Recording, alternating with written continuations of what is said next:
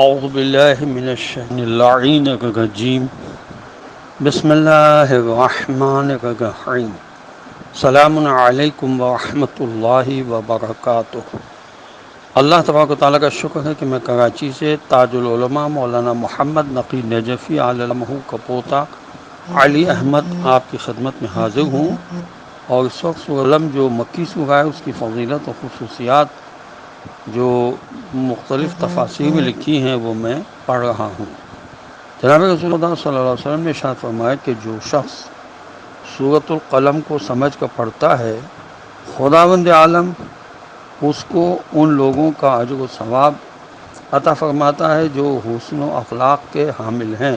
یہ تفسیر نور الثقلین میں لکھا ہے۔ شاید اس لیے کہ اس صورت میں اعلیٰ اخلاق اور علم و حکمت کا دقیق بیان ہے، جس سے انسان کا اخلاق بلند اور فکر بلند ہو جاتی ہے۔ جناب رسول خدا صلی اللہ علیہ وسلم کے اس بیان سے بھی ثابت ہو گیا کہ تلاوت یعنی قرآن کے پڑھنے کا مطلب یہ ہے، قرآن کے پڑھنے کا مطلب بے سمجھے طوطے کی طرح پڑھنا نہیں ہوتا، بلکہ سمجھ کر پڑھنا مراد ہوتا ہے۔ قرآن اترا ہی سمجھانے کے لیے اور سمجھنے کے لیے، اگر بے سمجھے پڑھنا مراد ہوتا تو کبھی کسی طرح اخلاق پر اثر نہیں پڑ سکتا تھا۔ حضرت امام جعفر صادق علیہ السلام سے روایت ہے کہ جناب رسول خدا صلی اللہ علیہ وسلم نے فرمایا کہ جو شخص سورۃ القلم کو واجب یا مستحب نمازوں میں پڑھے گا، خدا اس کو ہمیشہ کے لیے فقر و فاقے سے امان میں رکھے گا، اور جب وہ مرے گا تو اللہ تعالیٰ اس کو فشار قبر سے امان دے گا انشاءاللہ۔ یہ تفسیر مجموع البیان میں لکھا ہے۔ تلاوت قرآن سے مراد علم و آگاہی کے ساتھ پڑھنا ہوتا ہے تاکہ انسان اس پر عمل کر سکے۔ بے سمجھے عمل کیسے کر سکتا ہے؟ یہ تفسیر نمونہ میں لکھا ہے۔ سورۃ القلم کے پہلے رکوع میں 33 آیات ہیں، اب ان کی تلاوت کا شرف میں حاصل کر رہا ہوں۔ اعوذ باللہ من الشیطان اللعین الرجیم، بسم اللہ الرحمن الرحیم۔ شروع کرتا ہوں اللہ کے نام کی مدد مانگتے ہوئے جو سب کو فیض اور فائدے پہنچانے والا، بے حد مسلسل رحم کرنے والا ہے۔ آیت نمبر 1۔ نون والقلم وما یسطرون۔ ترجمہ: نون اور قسم قلم کی اور اس کی جسے لوگ لکھتے ہیں۔ قلم کی اہمیت کے بارے میں یہ لکھا ہے کہ قلم بظاہر بہت معمولی سی چیز ہے، مگر خداوند عالم نے اس کی قسم کھائی ہے، اس لیے کہ قلم سے علوم پھیلتے ہیں، افکار اور تحقیقات کا قافلہ آگے بڑھتا ہے، لوگوں کو ہدایات اور تعلیمات ملتی ہیں، انسان کو معاشرتی، سیاسی، سماجی اور اقتصادی ترقی ملتی ہے۔ تاریخ بشر کا دور ہی اس وقت سے شروع ہوتا ہے جب اس نے لکھنا شروع کیا۔ کتنے تعجب کی بات ہے کہ قرآن قلم کی اہمیت اس وقت بتا رہا ہے جب مکے جیسے مرکزی شہر میں صرف 20 آدمی لکھنے والے تھے۔ عرب لکھنے کو اپنی توہین سمجھتے تھے۔ عربوں کا محاورہ تھا کہ ہم عرب لوگ کاغذ کے سفید چہرہ کا منہ کالا نہیں کرتے۔ ایسے قلم اور علم دشمن ماحول میں خداوند عالم کا قلم کی قسم کھا کر اس کی عظمت کا اعلان کرنا کتنا عجیب ہے۔ پھر پہلی وحی کا اقرا سے شروع ہونا پڑھنے کی اہمیت کو بتاتا ہے۔ ہم رسول صلی اللہ علیہ وسلم کو خداوند عالم کا پھر رسول صلی اللہ علیہ وسلم کو خداوند عالم کا معلم کہنا علم و تدریس کی عظمت کو بتاتا ہے۔ یہ تفسیر کبیر اور تفسیر نمونہ میں لکھا ہوا ہے۔ جناب رسول خدا صلی اللہ علیہ وسلم نے ارشاد فرمایا، اول ما خلق اللہ القلم، اللہ نے سب سے پہلے قلم کو پیدا کیا۔ یہ تفسیر نور الثقلین اور تفسیر کبیر میں لکھا ہے۔ حضرت امام جعفر صادق علیہ السلام نے اپنے حساب سے فرمایا کہ علوم کو لکھو، پڑھانے والوں کے لیے وہ تحریریں چھوڑ جاؤ۔ علماء نے لکھا کہ بیان 2 قسم کے ہوتے ہیں، ایک زبان کا بیان، دوسرا قلم کا بیان۔ زبان کا بیان وقت گزرنے کے ساتھ ساتھ کہنگی اس کو لاحق ہو جاتی ہے، لیکن قلم کا بیان ہر زمانے میں تازہ و تازہ اور باقی رہتا ہے۔ یہ تفسیر نمونہ میں لکھا ہوا ہے۔ آیت نمبر 2، مان تب نعمت ربک بمجنون، ترجمہ کہ آپ صلی اللہ علیہ وسلم نے اپنے پالنے والے مالک کے فضل و کرم سے دیوانے نہیں ہیں۔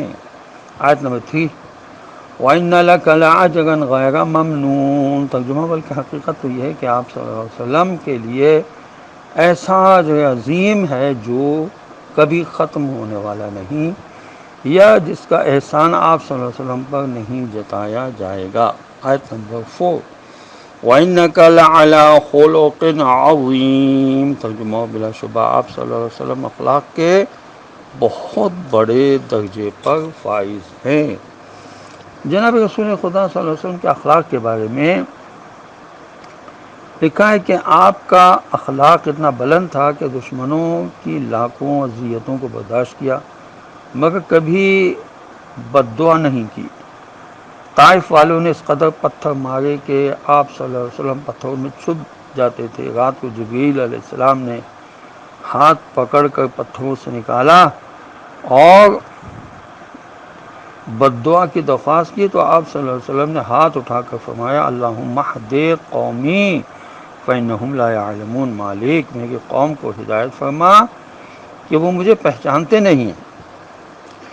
جناب رسول خدا صلی اللہ علیہ وسلم کے اخلاق کی دوسری مثال یہ ہے کہ جب حضرت صلی اللہ علیہ وسلم کی شریک حیات حضرت عائشہ سے پوچھا گیا کہ رسول خدا صلی اللہ علیہ وسلم کا اخلاق کیسا تھا، تو انہوں نے فرمایا، کانا خلقہ قرآن، حضرت صلی اللہ علیہ وسلم کا اخلاق قرآن تھا۔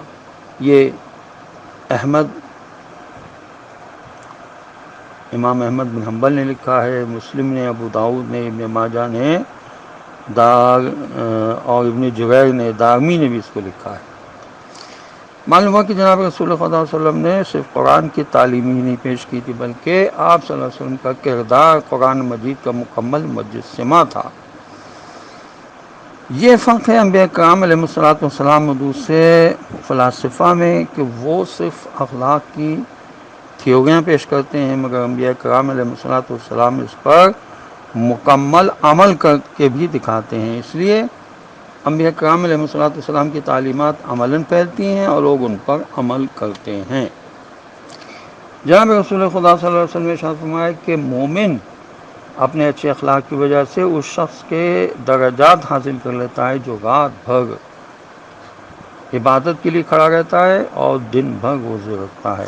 یہ تفسیر مجموع البیان میں لکھا ہے۔ آیت نمبر 5، فَسَتُبْصِرُ وَيُبْصِرُونَ، ترجمہ بہت جلد آپ صلی اللہ علیہ وسلم بھی دیکھ لیجیے گا اور انہیں بھی دکھا دیا جائے گا۔ آیت نمبر 6، بِأَيِّكُمُ الْمَفْتُونُ، ترجمہ کہ تم میں سے کون دیوانہ ہے۔ آیت نمبر 7، إِنَّ رَبَّكَ هُوَ أَعْلَمُ بِمَنْ ضَلَّ عَنْ سَبِيلِهِ وَهُوَ أَعْلَمُ بِالْمُهْتَدِينَ، ترجمہ حقیقتاً آپ صلی اللہ علیہ وسلم کا پالنے والا مالک خوب اچھی طرح سے جانتا ہے کہ کون اس کے راستے سے ہٹا ہوا ہے، اور وہی خدا ان لوگوں کو بھی خوب اچھی طرح سے جانتا ہے جو سیدھے راستے پر ہیں۔ آیت نمبر 8، فَلَا تُطِعِ الْمُكَذِّبِينَ، ترجمہ لہذا آپ صلی اللہ علیہ وسلم ابدی حقیقتوں کو جھٹلانے والوں کا کہنا نہ مانیے گا۔ آیت نمبر 9، وَدُّوا لَوْ تُدْهِنُ فَيُدْهِنُونَ، ترجمہ وہ تو یہ چاہتے ہیں کہ آپ صلی اللہ علیہ وسلم دین کے اصولوں کے بارے میں کچھ رعایت اور سستی سے کام لیں اور کچھ وہ رعایت سے وہ بھی کام لیں۔ آیت نمبر 10، وَلَا تُطِعْ كُلَّ حَلَّافٍ مَّهِينٍ، ترجمہ لیکن آپ صلی اللہ علیہ وسلم کسی بہت زیادہ قسموں پر قسمیں کھانے والے ذلیل شخص کا کہنا نہ مانیے گا۔ آیت نمبر 11، حماز مشاء بنمیم، ترجمہ جو تانے دیتا ہے اور چغلیاں کھانے کے لیے بھاگ دوڑ کرتا ہے۔ آیت نمبر 12، مناع للخیر معتد اثیم، ترجمہ بھلائی اور خیر خیرات سے روکتا ہے اور گناہ اور ظلم و زیادتی میں حد سے گزر جانے والا ہے۔ آیت نمبر 13 عُتُلٍّ بعد ذلك زنیم، ترجمہ کہ اس کے بعد بد اصل بھی ہے. آیت نمبر 14 ان کان ذا مال و بنین، ترجمہ اور یہ سب کچھ اس سے بیگتے پر کرتا ہے کہ وہ بہت مال اور اولاد رکھتا ہے. آیت نمبر 15 اذا تتلی علیہ آیاتنا قال اساطیر الاولین، ترجمہ جب اس کو ہماری آیتیں باتیں اور دلیلیں سنائی جاتی ہیں تو وہ کہتا ہے کہ یہ تو پرانے لوگوں کی کہانیاں ہیں. آیت نمبر 16 سنسمہ علی الخرطوم، ترجمہ بہت جلد ہم اس کی سونڈ پر داغ لگا دیں گے. حماز تانے دینے والے کو کہتے ہیں جو اپنے طنز و تانوں سے لوگوں کے دل دکھاتے ہیں. مفسر نے لکھا ہے کہ یہ ولید بن مغیرہ، اسود بن عبد یغوث اور احسس بن شریق تھے جن کے بارے میں یہ آیت نازل ہوئی ہیں. یہ تفسیر کبیر، تفہیم القرآن اور مجموع البیان میں لکھا ہے. جناب رسول خدا صلی اللہ علیہ وسلم نے فرمایا کہ 3 قسم کے لوگ جنت میں داخل نہیں ہوں گے. نمبر 1 جوات، یعنی ہر وہ شخص جو مال بہت زیادہ جمع کرتا رہتا ہے.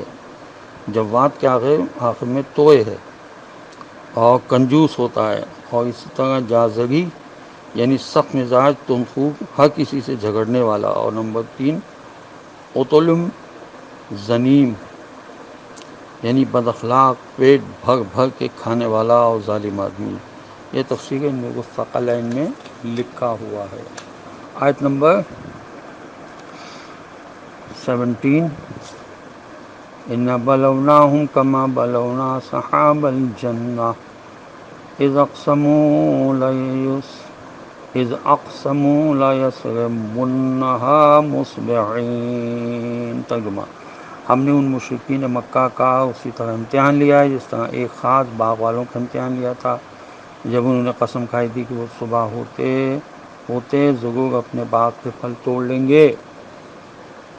یسرمنہا یعنی کھجور کے پھل اتارنے کو حرام کہا جاتا ہے، اور گندم کی فصل کاٹنے کو حصاد کہا جاتا ہے.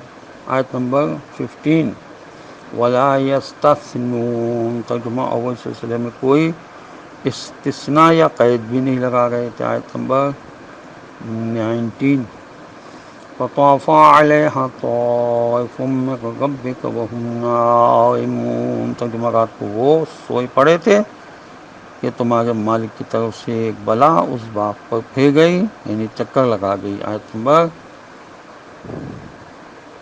20 وَأَصْبَحَتْ كَالصَّرِيمِ، ترجمہ تو وہ باغ کٹی ہوئی فصل جیسا گنجا ہو گیا. آیت نمبر 21 فَتَنَادَوْا مُصْبِحِينَ، ادھر صبح صبح ان لوگوں نے ایک دوسرے کو پکارا اور بلایا. آیت نمبر 22 أَنِ اغْدُوا عَلَىٰ حَرْثِكُمْ إِن كُنتُمْ صَارِمِينَ، ترجمہ کہ چلو اپنی کھیتی باغ کی طرف اگر تمہیں اس کے پھل توڑنے ہیں. آیت نمبر 23 فَانطَلَقُوا وَهُمْ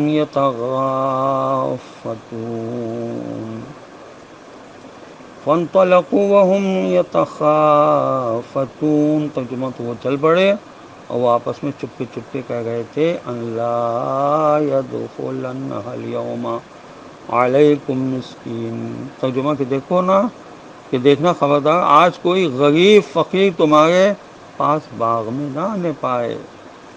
آیت نمبر 25 وَغَدَوْا عَلَىٰ حَرْدٍ قَادِرِينَ، ترجمہ غرض کنجوسی تلے دبے ہوئے یا کسی فقیر کو کچھ دینے کا فیصلہ کیے ہوئے صبح صبح جلدی جلدی اس اطمینان کے ساتھ اپنے باغ میں گئے جیسے کہ وہ اپنے پھل توڑنے پر پوری قدرت رکھتے ہیں. آیت نمبر 26 فَلَمَّا رَأَوْهَا قَالُوا إِنَّا لَضَالُّونَ، مگر جب انہوں نے باغ کو دیکھا تو کہنے لگے آگے ہم یقیناً راستہ بھٹک کر کہیں اور پہنچ گئے ہیں. آیت نمبر 27 بَلْ نَحْنُ مَحْرُومُونَ، ترجمہ نہیں بلکہ ہم ناکام و نامراد رہ گئے ہیں. آیت نمبر 28 قال اوسطهم لم اقل لكم لولا تسبحون. ترجمہ: ان میں سے جو سب سے اچھا تھا وہ کہنے لگا کہ کیا میں نے تم سے نہیں کہا تھا کہ تم اللہ کو یاد کیوں نہیں کرتے. آیت نمبر 29 قالوا سبحان ربنا انا كنا ظالمین. ترجمہ: تب انہوں نے کہا پاک ہے ہمارا پالنے والا مالک، واقعی ہم ظالم و گناہ گار ہیں. آیت نمبر 30 وَأَقْبَلَ بَعْضُهُمْ عَلَى بَعْضٍ يَتَلَاوَمُونَ. ترجمہ: کہ ان میں سے ہر ایک دوسرے کو برا بھلا کہنے لگا. آیت نمبر 31 قالوا یا ویلنا انا کنا طاغین. ترجمہ کہنے لگے وائے ہو ہم پر، یا افسوس ہمارے حال پر، بے شک ہم سرکش ہو گئے تھے. آیت نمبر 32 عسى ربنا يبدلنا خيرا منها إنا إلى ربنا راغبون. ترجمہ: ممکن ہے کہ اب ہمیں ہمارا پالنے والا مالک اس تباہ باغ کے بدلے اس سے بہتر کوئی باغ عطا فرمائے، کیونکہ حقیقتاً اب ہم اپنے پالنے والے مالک کی طرف رجوع کر کے اسی سے لو لگائے ہوئے ہیں. آیت نمبر 33 اس رکوع کی آخری آیت ہے. کذالک العذاب وَلَعَذَابُ الْآخِرَةِ أَكْبَرُ لَوْ كَانُوا يَعْلَمُونَ. ترجمہ: غرض خدا کی سزا اس طرح کی سزا ہوا کرتی ہے اور بلا شبہ آخرت کی سزا اس سے بہت زیادہ بڑی ہے. ابن عباس نے کہا کہ یہ باغ یمن میں تھا. معلم میں لکھا ہے یہ باغ حبشہ میں تھا. یہ ابن کثیر نے لکھا ہے. قصے کا محاصل یہ ہے کہ اہل غفلت ہمیشہ اپنی چالاکیوں، مکاریوں، بدماشیوں پر مطمئن اور بھروسہ کیے رہتے ہیں اور اس طرح غریبوں کا حق مارتے رہتے ہیں مگر برے کام کا برا انجام ہوتا ہے. یہ تفسیر ماجدی میں لکھا ہے.